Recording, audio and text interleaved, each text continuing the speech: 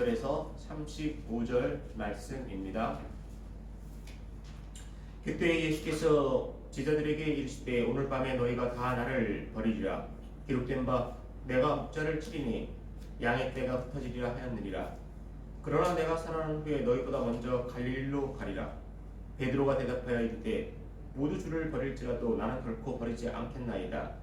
예수께서 이르시되 내가 진실로 내게 이르노니 오늘 밤 닭 울기 전에 내가 세 번 나를 부인하리라. 베드로가 이르되 내가 주와 함께 죽을지언정 주를 부인하지 않겠나이다 하고 모든 제자도 그와 같이 말하니라. 변치 않는 주님의 사랑이라는 제목으로 말씀해 드리도록 하겠습니다. 오늘 이 말씀을 다시 한번 간략하게 말씀드리면 주님은 공생의 마지막이 다가온 것을 알고 십자가에서 대속의 죽음을 당하실 날이 다가옴을 알고 제자들에게 이야기했습니다. 너희 모두가 나를 버릴 것이다. 그러나 그 중에 베드로는 나는 주님을 떠나지 않고 버리지 않겠나이다 라고 하였고, 다시 주님은 베드로에게 너가 다 세 번 울기 전에 오늘 밤 나를 부인할 것이다 라고 하였고, 베드로는 또 다시 이야기하였습니다. 죽을지언정 죽음을 감수하면서까지 나는 절대로 주를 떠나지 않겠고 부인하지 않겠나이다 라는 것이 오늘 읽은 성경 말씀의 주된 줄거리입니다. 이 말씀 속에 담겨진 의미를 살펴보겠습니다. 첫째, 사람의 마음은 변하여도 주님의 마음은 변하지 않는다는 것입니다. 이사야 40장 8절에 푸른 마르고 꽃은 시드나 우리 하나님의 말씀은 영영이 서리라 하라 하였습니다. 풀과 꽃은 세상의 것을 상징합니다. 풀과 꽃은 가을이 오고 겨울이 오면 시들고 잎이 떨어집니다. 풀과 꽃은 세상의 것을 상징합니다. 즉 세상의 것은 시간이 지나면 시들고 사라지고 퇴색되어지고 변색되어진다는 것입니다. 그러나 하나님의 말씀은 시간이 가고 세월이 지나도 결코 변치 않는다는 것이 이사야의 말씀입니다. 만약에 시간이 흐르지 않고 정지해 있다면 세상의 모든 것 또한 변하지 않을 것입니다. 시간이 정지하지 않고 흘러가고 변하기 때문에 우리는 아름다운 광경이나 또한 잊지 못할 추억을 만들기 위해서 사진을 찍어두는 것입니다. 만약에 순간이 영원히 지속된다면 우리는 카메라를 가지고 사진을 찍거나 글로 기록할 필요가 없을 것입니다. 내가 보고 있는 이 아름다운 광경이, 내가 보고 있는 좋은 모습이 영원한 것이 되기 때문에 굳이 이것을 사진으로 아니면 다른 영상으로 기록해 둘 필요가 없기 때문입니다. 건강을 위해서 아무리 좋은 약과 건강을 위한 상식을 가지고 있고 많은 약을 먹어도 세월이 지남에 따라서 몸이 노쇠하여지고 약해지는 것은 어쩔 수 없는 것입니다. 그러나 세상의 것은 변화해도 하나님의 말씀은 영영하다고 말씀하고 있습니다. 즉 시간이 아무리 흘러가도 하나님의 말씀은 1.1획도 결코 변하지 않는다는 것입니다. 세상의 모든 것은 변합니다. 그러나 하나님의 말씀은 변하지 않고 주님의 그 사랑도 변하지 않습니다. 단지 주님을 사랑하는 사람이 변화해서 주님을 멀리하고 주님을 떠나게 되는 것이지, 하나님이 우리를 사랑하는 그 사랑이 변화해서 주님과 우리와의 관계가 멀어지는 것은 아닙니다. 주님의 사랑은 똑같고 하나님의 사랑은 똑같고 성령님의 사랑은 똑같은데 우리의 사랑이 하나님과 주님과 성령님에 대한 사랑이 변화해서 멀어지는 것입니다. 하나님, 주님 왜 나를 떠났습니까? 라고 이야기하는 것이 아니라 내가 주님을 떠났구나, 내가 주님을 멀리했구나 라는 것이 맞는 이야기입니다. 죽기까지 하나의 목숨밖에 없는데 죽기까지 따르겠다고 맹세했던 베드로였지만 그는 저주하며 맹세하며 주님을 모른다고 하였습니다. 그러한 고백을 하는 곁에 주님은 베드로와 같이 있지는 않았지만 하나님의 아들인 주님은 그러한 베드로의 고백을 신문받는 현장에서 낱낱이 들었을 것입니다. 째찍으로 맞으면서, 밤을 맞으면서, 신배틈을 당하면서 베드로가 주님을 모른다는 고백을 낱낱이 알고 있었을 것입니다. 마태복음 26장 34절에 예수께서 가라사대 내가 진실로 내게 이르노니 오늘 밤 닭 울기 전에 너가 세 번 나를 부인하리라는 주님의 말씀은 실로 사실이었고 베드로의 고백은 사실이 되지 않았음을 우리는 성경을 통해서 알 수 있습니다. 너가 오늘 밤 닭 울기 전에 세 번 나를 부인하리라. 만약에 그 뒤에 성경에 기록되지 않았다면 주님의 말은 실로 진짜인지 증명되지 않았을 것이고 베드로가 저렇게 진실하게 마음을 단단히 먹고 이야기하는데 베드로의 이야기가 사실이고 진실이 되었을 거라고 많은 사람들이 그쪽에 손을 들어줬을 것입니다. 그러나 성경은 그 위의 말씀을 잘 기록하고 있습니다. 주님은 시간적인 개념으로 닭 울기 전이라고 이야기하고 있습니다. 우리는 이 닭 울기 전과 후에 베드로의 감정, 주님의 감정을 살펴볼 수 있습니다. 아주 중차대한 사건이 일이 일어날 시점에 주님은 닭이라는 동물을 끌어들여서 이야기하고 있습니다. 닭 울기 전과 닭 울기 우는 후에 그 베드로의 감정, 주님의 감정을 살펴볼 필요가 있다는 것입니다. 먼저 닭이 울기 전에 극명하게 대변하는 두 개의 감정. 첫째, 베드로의 감정이었습니다. 주님은 유다의 밀고로 로마 병령들에게 잡혀서 공회 앞에서 신문받고 모욕과 조롱을 당했습니다. 마태복음 26장 67절 이하에 이에 예수의 얼굴에 침뱉으며 주먹으로 치고 혹은 손바닥으로 때리며 가로되 그리스도야 우리에게 선지자 노릇을 하라. 너를 친 자가 누구냐? 맞춰보라고 하였습니다. 조롱과 모욕을 당하고 있는 주님과 떨어져 있던 베드로에게 한 비자가 나눈 대화의 내용을 이제 읽어드리겠습니다. 26장 69절 이하에 베드로가 바깥들에 앉았더니 한 비자가 나와 가로되 너도 갈릴리 사람 예수와 함께 있었도다 하거늘 베드로가 모든 사람 앞에서 부인하여 가로되 나는 너가 말하는 것이 무엇인지 알지 못하겠노라 하였습니다. 앞문까지 나가니 다른 비자가 저를 보고 있는 사람들에게 말하되 이 사람 나사렛 예수와 함께 있었도다 하매 두 번째 베드로가 맹세하여 또 부인하여 가로되 내가 그 사람을 알지 못한다 하더라 하였습니다. 조금 후에 곁에 섰던 사람들이 나와 베드로에게 이르되 너도 진실로 그 당이라 내 말소리가 너를 표명한다 하거늘 이제 베드로는 이렇게 이야기했습니다.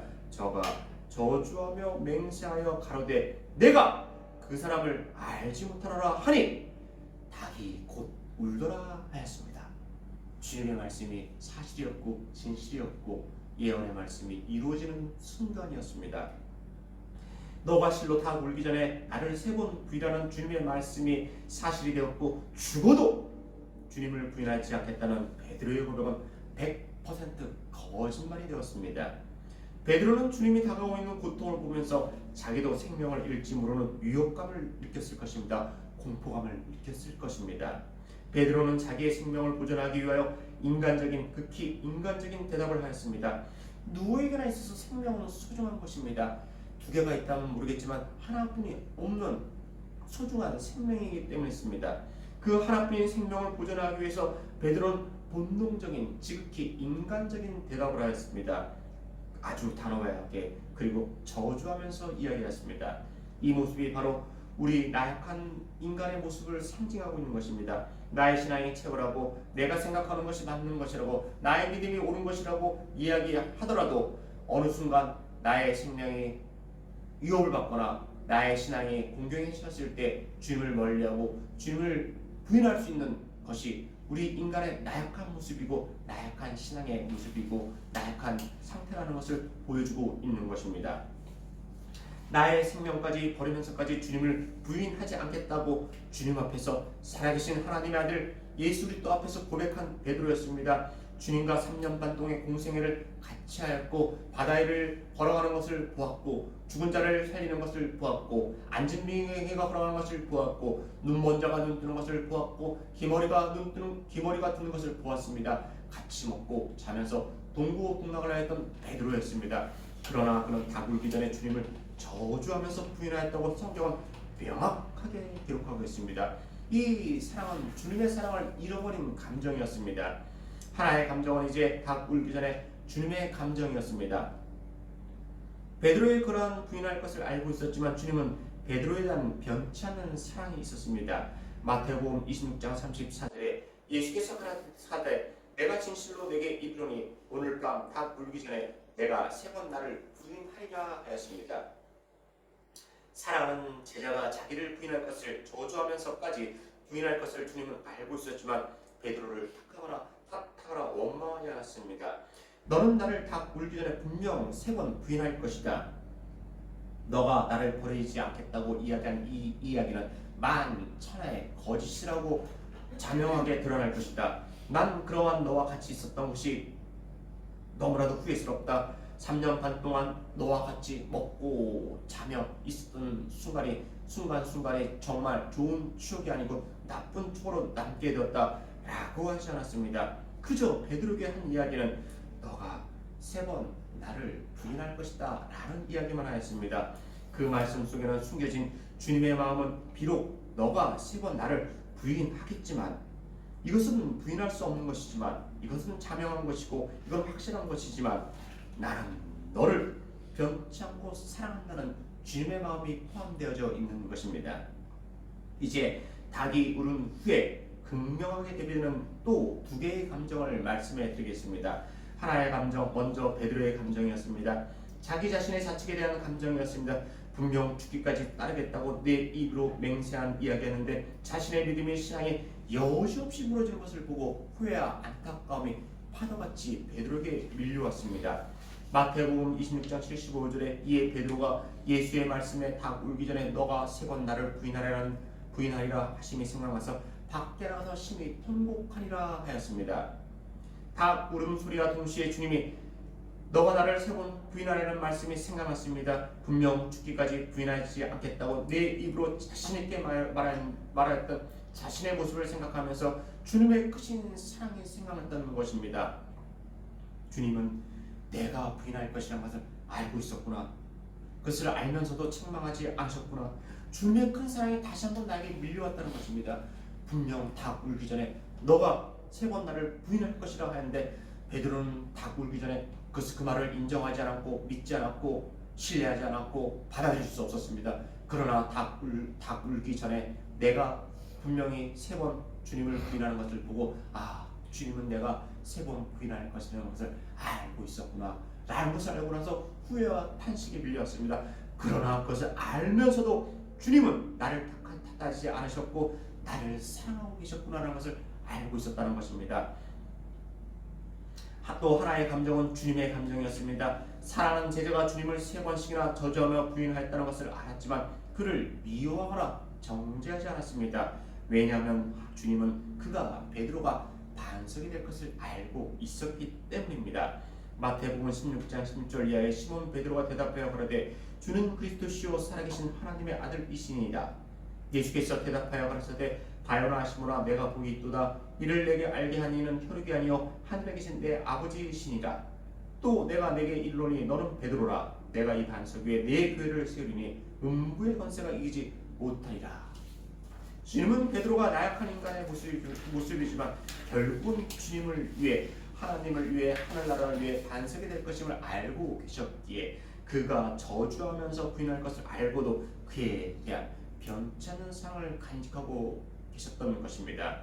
베드로의 3번의 부인과 그 후의 모습은 모든 믿음의 성도들의 신앙의 모습을 보여줍니다. 여지없이 나약해지고 초라해지는 모습을 우리가 가지고 있지만 그러한 연약한 모습을 주님은 미리 다 하시고 변함없이 그래도 우리를 사랑하여 주신다는 것입니다.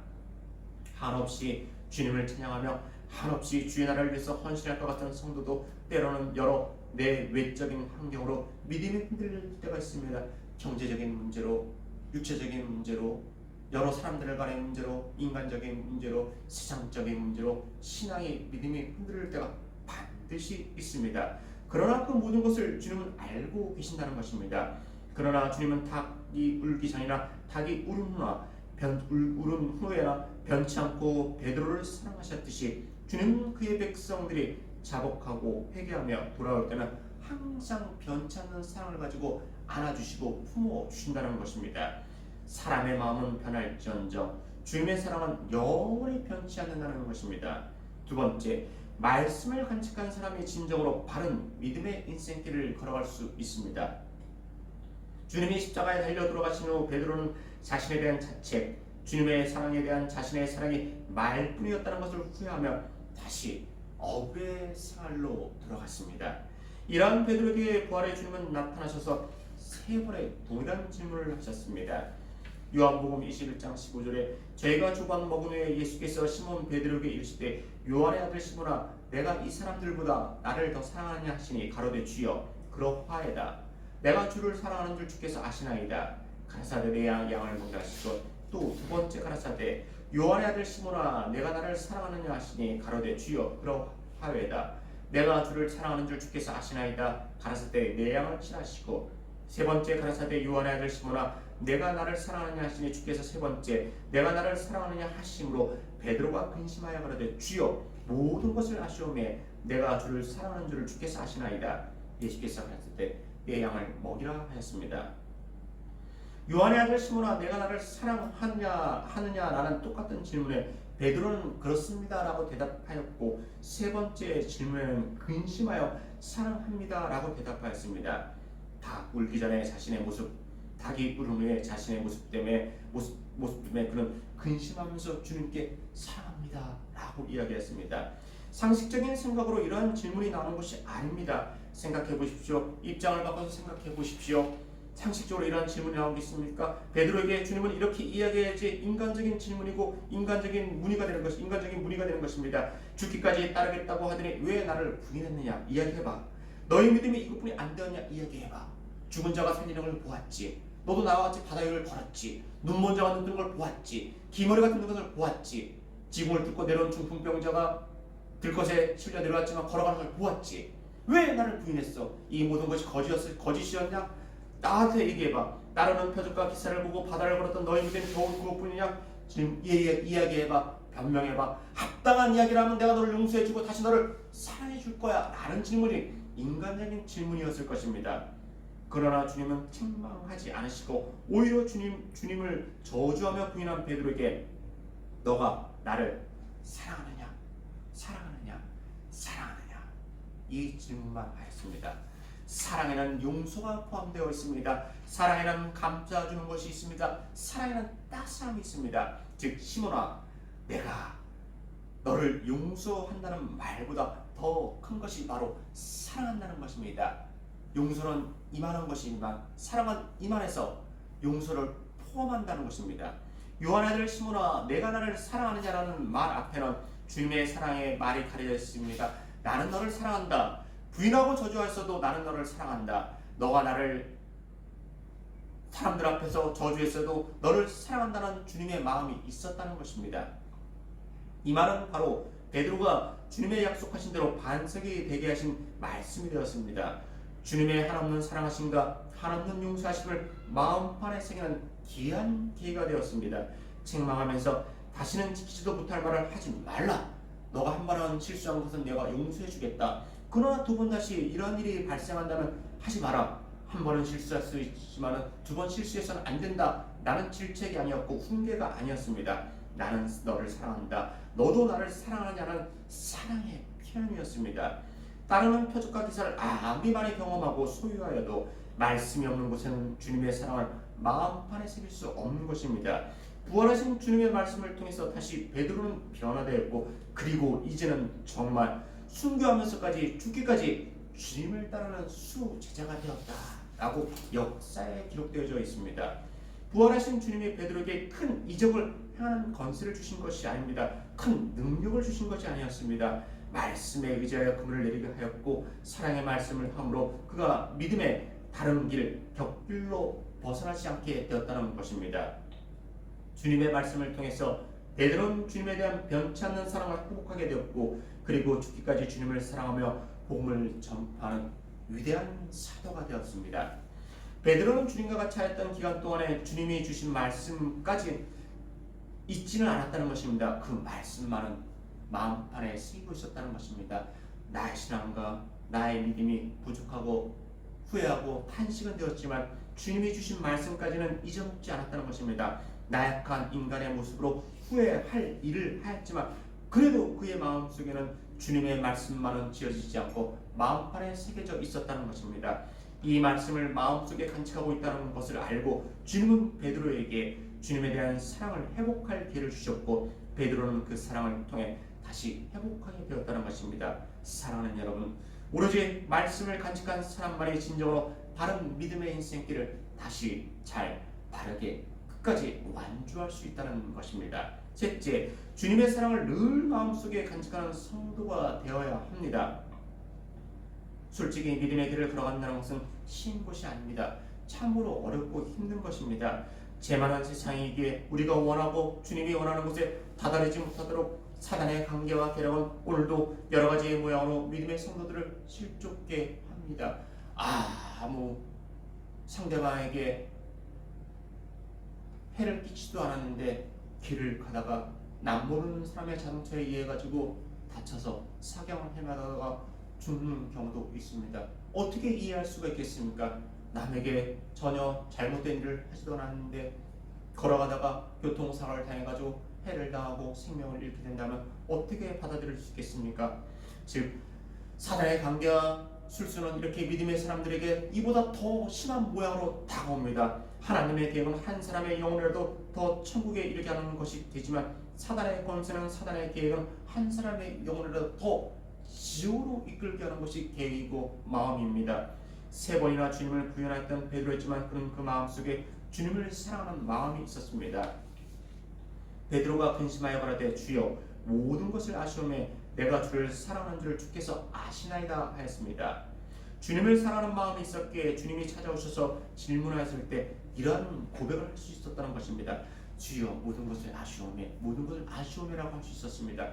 내 마음속에 주님을 부인한다고 저주하며 대답했을지라도 주님 제가 입술로 이야기하지 않아도 제 마음속에 주님을 사랑하는 그 마음을 아시지 않습니까? 제 마음속에는 어느 누구보다도 주님을 사랑하는 마음이 있지 않습니까? 그렇기 때문에 이 이야기를 하지 않아서도 주여 모든 것을 아시오매라고 베드로는 조금 조용히 얘기할 수 있었던 것입니다.